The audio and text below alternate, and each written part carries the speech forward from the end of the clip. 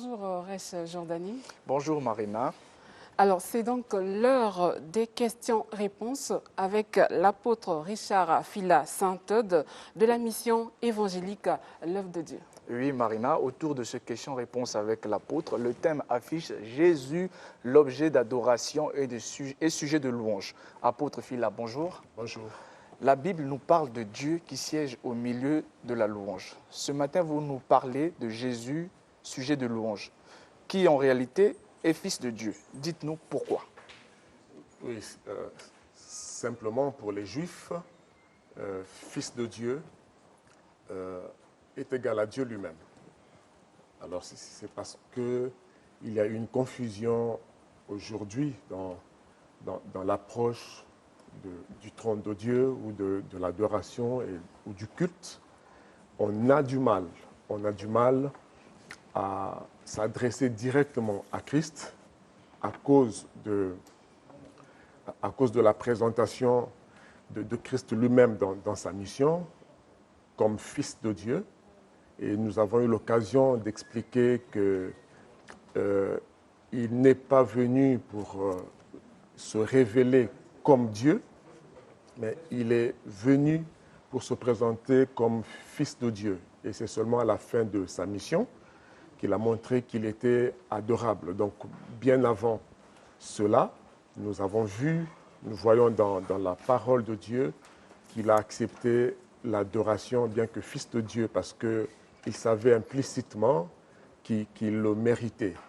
Alors, c'est juste pour faire cet équilibre entre ceux qui pensent que l'adoration ou le culte ne revient qu'à Dieu le Père, et cela par révélation, donc nous autres, pour avoir compris que le Père est lui-même le Fils, et le Fils est le Père.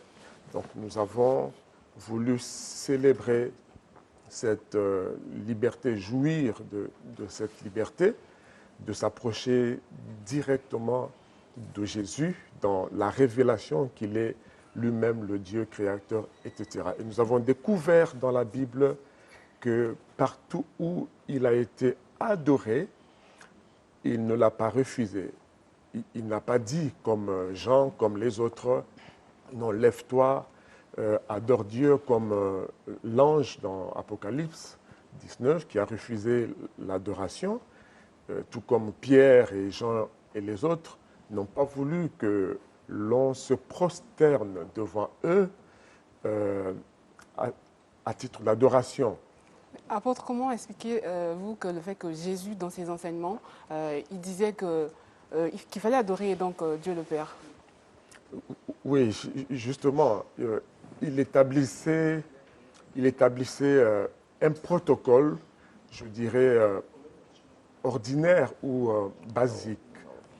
Mais il y a un autre protocole dans la révélation qui déroge un peu ce qui est fondamental. Parce que la révélation déroge la loi et tout ce qui est fondamental ou orthodoxe. Quand on est dans le domaine de la révélation, il y a une dérogation.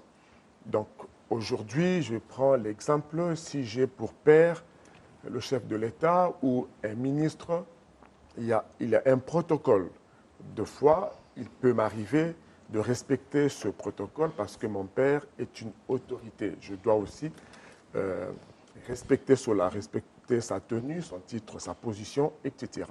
Mais à cause du droit de filiation, quand je me souviens, mais tiens, je suis quand même fils d'eux. Au-delà du protocole, je peux jouir de mon droit de l'approcher dans son intimité et d'aller obtenir ce dont j'ai besoin. Il y a un temps où on peut invoquer le Père au nom du Fils par le Saint-Esprit. Ça, c'est le protocole établi de façon universelle, mais il y a un protocole qui relève du domaine de la révélation. Je peux m'approcher du Dieu créateur, le Père, directement dans la personne de Jésus. Je peux directement invoquer Jésus, comme on pourra citer certains passages dans la Bible où les apôtres ont adoré directement Jésus parce qu'ils ont été instruits dans la révélation que toute la plénitude de la divinité, donc toute la structure identitaire de la divinité se trouve en Jésus. Donc le Père est en lui, le Saint-Esprit est en lui. Quand on a cette Le Père révélation, est en lui, apôtre, on peut vous allez l'adorer. poursuivre, Je vous en mais prie. le temps pour nous de rappeler justement à nos téléspectateurs que vous pouvez intervenir par SMS, WhatsApp ou par appel. Et donc, nos numéros de téléphone, c'est donc le 06 678 25 47, 06 678 25 47 ou encore le 06 706 32 32, 06 706 32 32. Apôtre, est-ce qu'il y a un rythme approprié pour la louange, à la louange plutôt? Bon, si l'on veut, parce que la louange, c'est la louange chantée, comme nous avons eu l'occasion de l'expliquer. Il y a la Teïla, il y a le Hillel et tout. Quand la louange est chantée, c'est pour célébrer. Ce sont des moments de joie. On exulte, on pousse des cris de joie, on danse, c'est l'expression de joie, on jubile. Et il y a un rythme qui est tout indiqué, qui est tout approprié à cela. Ce n'est pas seulement devant Dieu, il y a des chants de lamentation même dans notre vie ordinaire. Il y a un temps pour pleurer, il y a des chants de lamentation qui accompagnent ces émotions. Il y a des moments de joie dont un rythme peut être indiqué ou approprié qui accompagne ces moments de joie. Lorsqu'on fait une transposition dans le domaine cultuel, on peut adapter un rythme selon l'émotion du moment, selon ce que l'on veut exprimer devant Dieu. Si c'est la louange chantée, ça veut dire jubiler, Allô? éclater devant Dieu. Oui, bonjour. Oui, Il y a culturellement des rythmes appropriés. Je voulais demander à l'apôtre pourquoi il ne fait que répéter que Jésus-Christ est Dieu. D'accord, merci beaucoup. Apôtre, on dit pourquoi vous ne faites que répéter que Jésus-Christ est Dieu?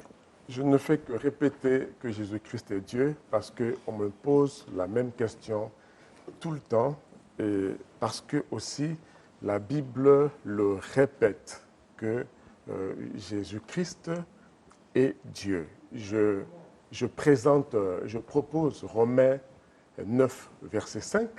C'est simple, on l'appelle là-bas Dieu béni éternellement. Si, pour gagner le temps, je ne cite que ça, sans compter d'autres versets. Il y a une lecture inductive ou déductive, permettez-moi. On peut déduire entre deux versets pour établir que Jésus-Christ est Dieu. Je répète qu'il n'est pas venu prouver qu'il était Dieu. Mais c'est dans la révélation, c'est en sondant les Écritures qu'on peut découvrir cela. Et heureusement que nous n'imposons pas cela comme ticket d'entrée dans le royaume de Dieu. Même si vous ne savez pas que Jésus-Christ est Dieu, vous le croyez simplement en tant que fils de Dieu, c'est suffisant pour être sauvé. Ici, nous sommes dans le domaine de la révélation. Nous sommes en pleine Christologie. Nous étudions qui est réellement Christ. Et c'est là-dedans, dans cette étude, que nous découvrons qu'il est en même temps Dieu. Oui, allô? Allô? Oui, allô? Allez-y. Je voulais poser la question à l'apôtre. Oui, allez-y, vous écoute. L'apôtre. Oui, il vous écoute. Je vous écoute. Bon, Jésus, vous-même, vous disiez que non, Jésus est mort sur la croix pour nos péchés. Bon, aujourd'hui, là, il n'y a plus de péché où les péchés conjuguent toujours. Donc, il me semble que les péchés se multiplient encore plus qu'avant par rapport à Jésus qui est mort, qui est Dieu, qui est mort sur la croix pour nos péchés. Qu'est-ce que vous constatez aujourd'hui et avant Jésus par rapport à nos péchés aujourd'hui là? D'accord. En fait, si l'on dit que Jésus-Christ est mort pour nos péchés, ce n'est pas seulement pour le péché de ceux qui ont vécu à son époque, c'est pour les péchés de ceux qui ont vécu avant lui, pendant son passage physique sur la terre et bien après. Donc, son sang versé, c'est pour toute l'humanité de tout temps Oui, Studio 210, on vous écoute. et de toute tribu. Donc, Moi, je voulais bien poser la question au pasteur qui a fait de parler là. Oui, allez-y, posez votre question. D'accord. Ok, d'accord. Ma question est quoi? Moi, je voulais que le pasteur puisse nous dire une vérité concernant Jésus ou comment. Le pasteur qui vient à peine de passer là, il nous a prêché la vérité. Donc, nous ne sommes pas là à un temps là où, bon, on peut divertir soit l'église ou soit les hommes ou comment. Non. Ce que nous, on veut, c'est quoi? Prêcher. Il faut dire la vérité à l'église, aux personnes qui vous écoutent. On va commencer à adorer depuis combien d'années? On va commencer à louer combien d'années? Mais les gens sont là, les pasteurs. Malheureusement, il est parti. bon, l'adoration est d'actualité. Parler de Jésus restera d'actualité. Il est le même hier, aujourd'hui et pour toujours. Nous choisissons des thématiques comme ça selon le besoin. Nous pouvons prêcher sur tellement de sujets. Nous répondons aux questions tellement préoccupantes et nous sommes là pour vous. On passera à d'autres thèmes, si vous voulez, ou si Dieu le veut. Pour l'instant, puisque l'adoration restera d'actualité jusqu'à l'éternité, c'est un point important. Il faut montrer aux gens comment adorer, qui adorer, comment rendre culte à Dieu. C'est pourquoi nous revenons sur les mêmes questions, puisqu'il y a les mêmes préoccupations. Donc, je m'en vais proposer quelques lectures qui peuvent démontrer que Jésus-Christ a été adoré depuis sa naissance. Donc, vous trouverez dans Matthieu 2, verset 11, que dès l'enfance, dès sa naissance, Jésus-Christ était adoré par les mages. Les mages, certainement que vous n'avez pas fait attention, mais la Bible déclare qu'ils se prosternèrent et l'adorèrent. Donc, il est question des mages. Depuis sa naissance, les gens qui avaient des informations prophétiques concernant Jésus savaient que cet enfant qui serait né, comme dans Ésaïe, n'est-ce pas, 9,5, cet enfant qui est né, il devrait être donné et on l'appellerait Père. Donc, ceux qui avaient ces informations n'ont pas hésité déjà à l'époque. Ils sont venus ce jour-là, Matthieu 2, verset 11, ils se prosternèrent pour l'adorer. Il y a se prosterner pour saluer par respect, mais il y a une prosternation qui veut réellement dire adorer. À son entrée à Jérusalem, nous sommes dans Matthieu 21, verset 9, lorsqu'on a crié Hosanna avec les rameaux, c'était des cris d'adoration. Et Jésus-Christ, déjà, quand on crie Hosanna, ça veut dire que le Sauveur, le Seigneur vient pour nous sauver. Le nom de Yehoshua veut dire Dieu sauveur ou Dieu sauve. Donc, lorsqu'on fait ces lectures et ces analyses, on comprend qu'on a affaire à Dieu. Quand Jésus marche sur les eaux, ceux qui étaient dans la barque vinrent se prosterner devant lui pour dire « Tu es vraiment le Fils de Dieu ». Là, nous sommes dans Matthieu 14, verset 33. Ils se prosternèrent en guise d'adoration pour dire que tu es vraiment le Fils de Dieu. Ils savaient que celui qui devrait venir comme Fils de Dieu mériterait l'adoration. C'est tout comme les femmes qui sont venues dans Matthieu 28.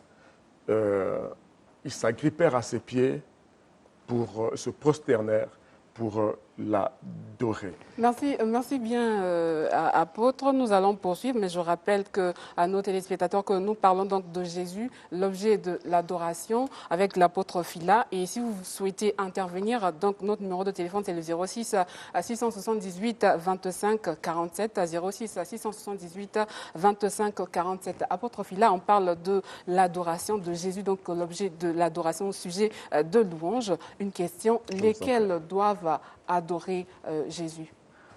Ceux qui doivent adorer Jésus sont ceux qui sont reconnus bibliquement comme enfants de Dieu, ceux qui sont nés d'en haut, selon Jean 4, 20 à 24, les adorateurs que le Père recherche, ceux qui l'adorent en esprit et en vérité. Donc ceux qui ont eu droit, ceux qui sont passés par la filiation, ce sont ceux-là que le Père, là, ici on n'a pas dit Dieu, mais on a dit le Père. Ça veut dire ceux qui ont droit à la véritable adoration, ce sont ceux qui sont passés du statut de créature à celui de fils. Et cela n'est possible que par la régénération du cœur ou de l'esprit, par la nouvelle naissance, naître d'en haut et devenir enfant de Dieu, parce qu'on ne naît pas enfant de Dieu, on le devient en recevant celui qui est venu sur terre, se faisant fils de Dieu, que nous appelons Jésus-Christ. Quand vous faites cette alliance avec Christ, en renonçant à votre vie passée, en naissant de nouveau par la repentance et par la croix, la foi en sa personne, son œuvre sur la croix, et la foi en sa résurrection, ça veut dire vous croyez qu'il est ressuscité, donc il est vivant, et vous en faites votre Seigneur et votre Seigneur sauveur personnel, et il vient dans votre vie par son esprit. Cela vous donne le pouvoir de devenir enfant de Dieu, selon Jean 1, verset de 1 à 12, 13, si vous voulez. Ce pouvoir s'octroie.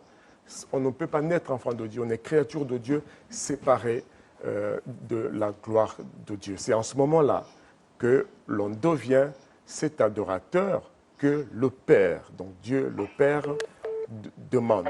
Sans ça, il n'y a pas d'adoration. Oui, bonjour. Oui, Studio 210, on vous écoute.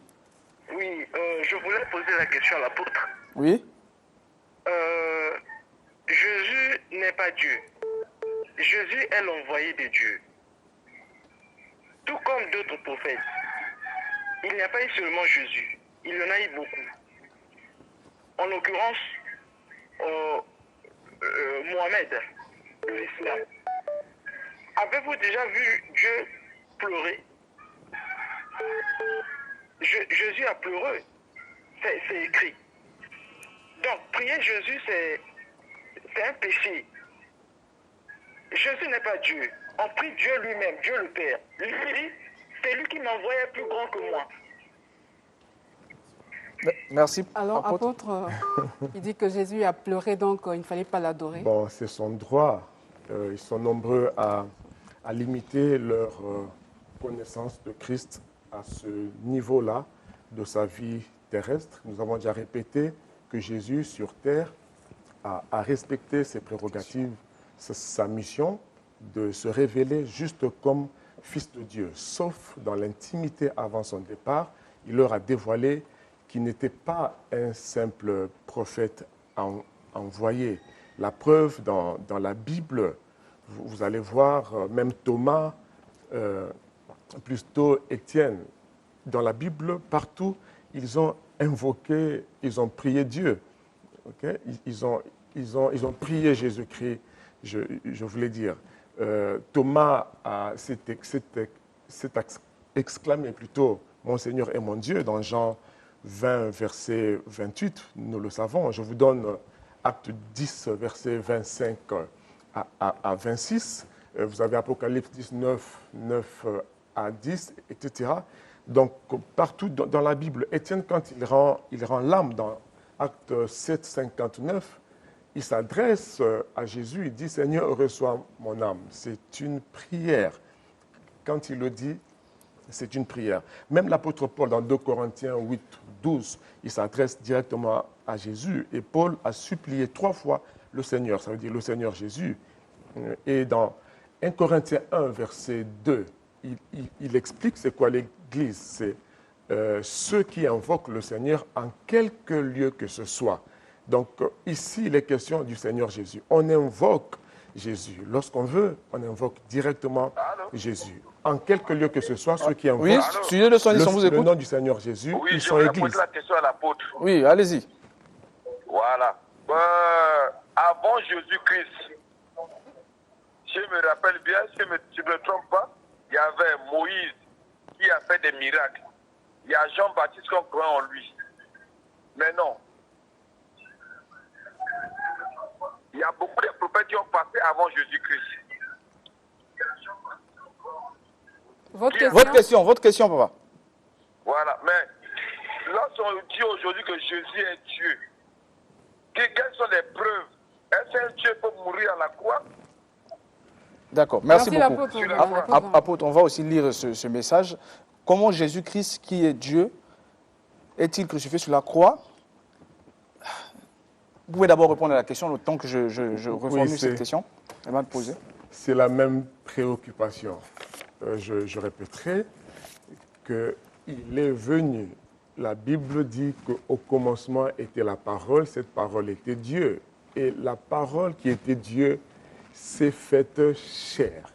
Et on l'a appelé Fils de Dieu. C'est aussi clair que cela. 1 Jean 1 répond la même chose. Ce que nous avons entendu, ce que nous avons vu et nous avons touché concernant la vie qui était au commencement. Cette vie a été manifestée. Paul le dit à Timothée au chapitre 3, versets 15 et 16. Le mystère de la piété est tellement grand. C'est un mystère, ce n'est pas une vérité qui est à la portée de tous. Le mystère, ça veut dire c'est caché. Il faut une révélation.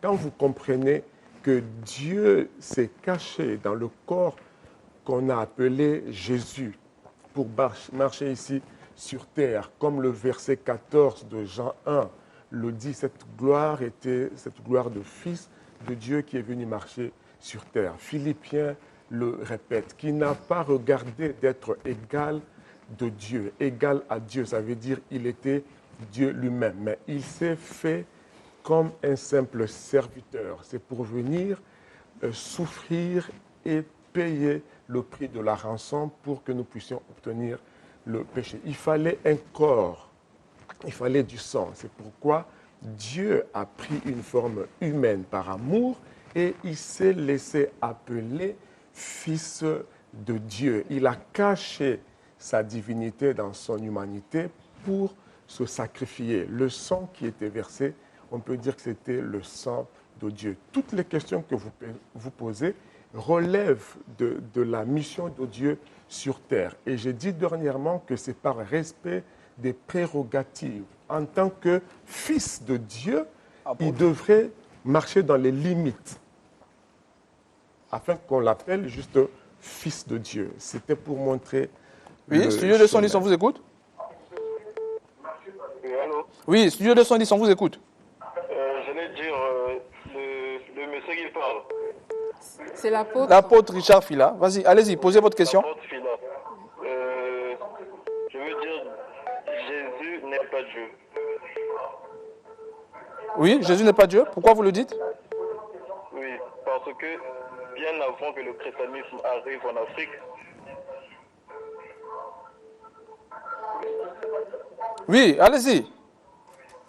bien avant que le christianisme arrive en Afrique, nos ancêtres croyaient déjà à un Dieu. D'accord, merci beaucoup pour la contribution. Et Apôtre? Ok, la Bible confirme même qu'avant que Christ n'arrive, Dieu, dans les derniers temps, il a parlé par des prophètes, par Moïse, par Abraham, par David, par Ésaïe. Et Pierre dit que ces prophètes qui ont prophétisé avant Christ parlaient par l'Esprit de Christ qui était en eux. Pierre le dit si bien. Il prophétisait par l'Esprit de Christ qui était en eux. Mais après, comme j'aime bien donner, et c'est le cas maintenant encore, Hébreux chapitre 1. Vous allez voir que Dieu, dans les derniers temps, il a parlé par des prophètes dans les anciens temps. Mais dans ces derniers temps, il a parlé par le Fils qui est l'empreinte de sa personne. Et plus bas, au verset 6, on nous dit que Dieu lui-même a ordonné que tous les anges adorent le Fils. Parce qu'il dit de Fils, ô Dieu, ton Dieu t'a oint. Alors, si Dieu lui-même déclare que le Fils est Dieu, Dieu ordonne dans Hébreux 1, verset 6, que les anges adorent le Fils. Ça veut dire que je dois obéir à Dieu, que tous les anges l'adorent. Donc, ça veut dire que le Fils est adorable. C'est par déduction, par révélation, que nous pouvons dire que le Fils est Dieu. Dans Timothée 2, verset 13, on le présente si bien comme notre grand sauveur, Jésus-Christ. Et dans 2 Pierre 3, verset 18, vous pourrez lire à la maison. Je finis avec Matthieu 28, verset 9. Et Jésus vint à leur rencontre et dit, je vous salue. Et elles s'approchèrent pour saisir ses pieds et elles se prosternèrent pour l'adorer. Le dernier verset de Luc 24 nous montre qu'après sa résurrection, pendant qu'il leur donnait les dernières paroles, il montait, il se levait devant leurs yeux et tous les disciples se prosternèrent. Ils étaient en train de l'adorer. Merci bien, apôtre. On a reçu pas mal de messages. On va essayer d'en lire quelques-unes. Comment Jésus-Christ, qui est Dieu, dit-il dans Jean 17 que la prière de Dieu nous aime? Jean 17, le passage Jean 17, ça vous inspire quoi? Il y a bien plus que cela. Il y a plusieurs versets où Jésus-Christ parle du Père. Lui-même, il est sur la terre. Je l'ai déjà dit plus d'une fois que Dieu est un Dieu qui peut se dédoubler si les satanistes peuvent le faire. C'est un blasphème que de refuser à Dieu d'être au ciel et sur la terre. Pendant que Dieu est sur la terre, il est le Christ Jésus et il se limite dans ses missions de fils. Il veut qu'on le contemple, qu'on l'apprécie comme fils de Dieu. Et c'est pendant tout ce temps qu'on peut trouver les versets qui montrent qu'il est fils, il s'adresse au Père, qui nous montrent d'adorer le Père, etc. Là, vous parlez de sa mission, de la mission de Dieu sur la terre en tant que fils. Mais quand vous traversez les actes des apôtres, les épîtres, c'est là que vous allez vous rendre compte qu'il s'agissait de Dieu lui-même. Les apôtres, j'ai dit, Étienne a invoqué le Seigneur. L'apôtre Paul s'est adressé directement au Seigneur. Quand on est face à la révélation de Dieu, j'ai envie de dire, la révélation de Jésus-Christ commande l'adoration. Apôtre, il y a Marie qui nous demande ici, qui est cet homme qui a été crucifié sur la croix? C'est le Fils de Dieu. Voilà, je crois qu'on va peut-être poursuivre dans nos prochaines émissions à apôtres, mais s'il faut, en un mot, s'il faut parler donc de l'impact de la louange ou encore de l'adoration, apôtre, que dire? Le vrai impact de la louange et de l'adoration relève du domaine de la révélation de qui vous adorez. Comme Jésus dit, nous savons qui nous adorons. C'est quand vous savez qui est celui que vous chantez, celui devant qui vous dansez, celui que vous adorez, donc l'objet de votre adoration et le sujet de vos louanges. Ça élève, ça approfondit, ça élargit la dimension et l'impact de votre adoration. Savoir que celui que vous adorez, donc Jésus est lui-même Dieu, apporte une dimension de puissance et d'impact. Même pendant la louange, nous expérimentons cela. Il y a des délivrances, il y a de l'explosion charismatique. Pendant l'adoration, dans la révélation, Dieu se manifeste puissamment. Ceux qui voudront peut-être poursuivre les échanges avec vous, que doivent-ils faire? À votre disposition au 06 903 51 14.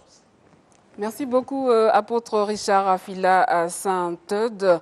Et c'était donc question-réponse. Juste après le générique, vous suivrez le culte de la fête de Pâques avec le docteur Florent Physique Onina, visionnaire de l'Église, la Maison de l'Éternel, Dieu Tout-Puissant.